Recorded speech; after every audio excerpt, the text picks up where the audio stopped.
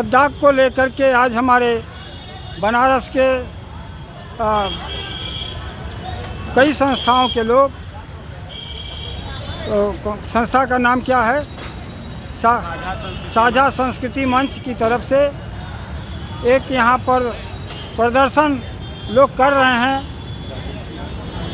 लद्दाख के में लोकतंत्र की बहाली के लिए मैं ले चलता हूँ, जो एक्टिविस्ट हैं उनसे बात करूँगा कि आपके मुख्य विषय क्या हैं।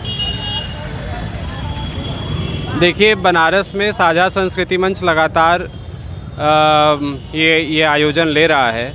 आज पिछले 15 दिनों में आज ये तीसरा मौका है जब साझा संस्कृति मंच एक बार फिर से लद्दाख में चल रहे क्लाइमेट फास्ट के समर्थन में आयोजन कर रहा है।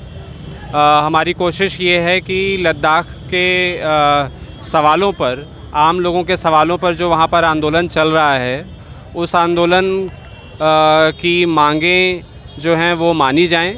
केंद्र सरकार से सीधे वो मांग कर रहे हैं। उन्होंने पूर्ण राज्य का दर्जा मांगा है, उन्होंने 6th शेड्यूल में संरक्षण मांगा है, और ये दोनों ही चीज़ें वैसी हैं जिसको प्रधानमंत्री मोदी जी ने धारा 370 हटाते समय देने का, करने का वायदा किया था। तो ये कोई नई मांगे नहीं हैं, हम एक बार फिर से बता रहे हैं आपको। आज यहाँ पर जुटने का एक विशेष प्रयोजन है। लद्दाख में आज पश्मीना मार्च का आयोजन प्रस्तावित था। वो आयोजन दरअसल केंद्र सरकार की जो नाकामी है, जो वादा खिलाफ़ी है, उसको ही एक्सपोज़ करने की कोशिश में था। जबकि वहाँ के वहाँ की जनता सोनम वांगचुक जी के नेतृत्व में आज उन इलाकों का मार्च करने वाली थी जहाँ पश्मीना भेड़ का चारागाह हुआ करता था एक ज़माने में। आज वो ज़मीन दो तरह के लोगों ने लूट ली है। पहला, भारतीय जो बड़े व्यवसायी हैं जिन्होंने पर्यटन के नाम पर वहाँ पर अपने व्यवसाय शुरू करने का काम किया है, उन्होंने उन चारागाहों पर कब्ज़ा किया है। औने पौने दाम पर उन्होंने, या दबाव बनाकर उन्होंने ख़रीद लिया है। और दूसरा एक बड़ा कब्ज़ा चीन ने किया है उन इलाकों पर, जो न केवल पश्मीना व्यवसाय को प्रभावित करता है बल्कि भारत के सामरिक महत्व का वो क्षेत्र है। और ऐसा होने की वजह से भारत की जो सुरक्षा है, आंतरिक सुरक्षा है, वो ख़तरे में पड़ गई है। तो इन दोनों सवालों को स्पष्ट तौर पर देश को दिखाने की कोशिश में आज वहाँ पर पश्मीना मार्च का आयोजन किया गया था। लेकिन परिस्थितियाँ ऐसी बनाई गई कल तक कि वहाँ पर सोनम वांगचुक और तमाम जो देश भर के एक्टिविस्ट वहाँ जुटे हैं और साथ में स्थानीय जो जनता जुटी हुई है, उनको घेर करके पूरे लेह लद्दाख को एक मिलिट्री की छावनी बना दिया गया है। कल लगातार वीडियोज़ आए, सोनम वांगचुक जी ने देश की जनता को के साथ बातचीत की। उन्होंने बताया कि कैसे केंद्र सरकार एकदम पागल हाथी की तरह व्यवहार कर रही है, और ये व्यवहार लेह लद्दाख की जनता के सामने एक शौक था, एक आश्चर्य पैदा करने वाला एक पूरा घटनाक्रम पिछले एक हफ्ते में चला है वहाँ पर, जहाँ लद्दाख की शायद जितनी आबादी होगी उससे 2 गुना 3 गुना संख्या में वहाँ पर आर्मी वालों को डिप्लॉय कर दिया गया है। ये सब कुछ केवल भय पैदा करने की कोशिश में हो रहा है, और वो भय केवल इसलिए पैदा करना है क्योंकि मोदी ने सदन में ये कह दिया था कि कोई आया नहीं, और उसको ही कैसे सच साबित किया जाए, इसके लिए उन्होंने पूरे देश के प्रशासनिक अमले को लगाया हुआ है। अब आप देख सकते हैं कि देश में कहीं भी कोई लद्दाख के बारे में कोई कार्यक्रम करने की कोशिश कर रहा है तो उस पर दबाव है। लद्दाख में तो जो दबाव है वो लगातार सोनम वांगचुक जी के वीडियो से दिख ही रहा है। तो उसी के विरोध में एक बार फिर से एक नैतिक समर्थन उनको देने के लिए हम सब लोग फिर से यहाँ जुटे हैं। और ये हम लोगों ने कहा ही था कि जब तक लद्दाख की समस्याओं का हल न खोज लिया जाए तब तक हम लगातार साझा संस्कृति मंच के नेतृत्व में यह आयोजन करते रहेंगे। तो क्या इससे पश्मीना का व्यापार भी प्रभावित हो रहा है, फादर? बिल्कुल सही।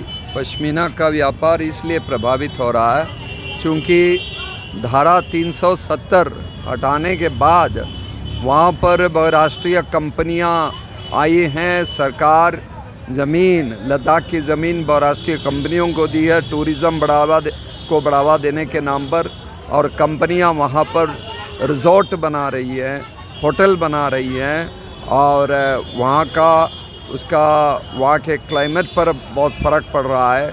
ग्लेशियर ख़त्म हो रहे हैं, पिघल रहे हैं, और वहाँ जो पानी का स्रोत सब ख़त्म हो रहा है, जिसकी वजह से वहाँ घास नहीं है।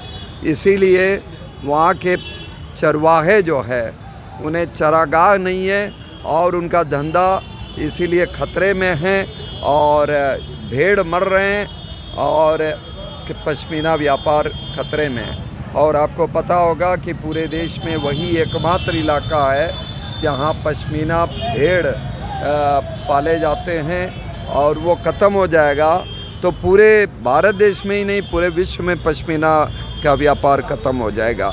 ये सरकार इन बातों पर बिल्कुल तवज्जो नहीं दे रही है। सरकार को बहुराष्ट्रीय कंपनियों के लिए चाहिए मुनाफा, और आम लोगों की आजीविका ख़त्म हो जाए, इसकी कोई चिंता नहीं है। तो इसका मतलब ये है कि जो पश्मीना के व्यापार से प्रभावित हो रहे हैं उनको सरकार कुछ उनके अलग से कुछ योजना बना करके दे रही है? नहीं, बिल्कुल क्या दे रही है सरकार तो लूटने में लगी हुई है। ये जो वर्तमान सरकार है, ये अब पूरे देश के लोगों को मालूम हो गया, ये इलेक्ट्रल बॉन्ड वाले घोटाले के माध्यम से ये सबसे बड़ा घोटाला, पूरे देश में ही नहीं पूरे विश्व का सबसे बड़ा घोटाला। और ये सरकार जो वर्तमान सरकार है सबसे बड़ी लुटेरी सरकार है, और इस वाकई में जो प्रॉमिस किया गया था कि विश्व गुरु बनेगा भारत, घोटाले के मामले में ये देश और ये सरकार जो है विश्व गुरु बन गई है। सबसे बड़ा घोटाला कराने में ईडी के माध्यम से, सीबीआई के माध्यम से कंपनियों पर डंडा दिखा के उनसे जबरन इलेक्ट्रल बॉन्ड खरीदवाए हैं और करोड़ों को रुपया जमा करवाए हैं। सारे के सारे काला पैसा जो है, काले धन को वाइट बनाने का एक तरीका निकाला है, और ये बहुत बड़ा यह तो वैसी सरकार क्यों उन गडरियों की क्यों ख्याल करेगा। महिलाएं भी वहाँ पर धरना पर हैं, क्या कहना चाहेंगी? बिल्कुल, महिलाएं तो धरना पे रहेंगी ही, क्योंकि ये सबकी बात है, इसमें पुरुष महिला की कोई बात ही नहीं है, क्योंकि क्लाइमेट सबके लिए है, पर्यावरण सबके लिए है, अपना देश अपना शहर सबके लिए, इसलिए महिलाएं भी धरना पर हैं। आप क्या कहना चाहेंगे नीति जी?